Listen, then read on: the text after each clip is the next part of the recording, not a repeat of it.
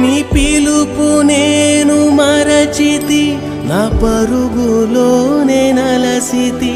నా స్వార్థము నా పాపము పతన స్థితికి చేర్చెను.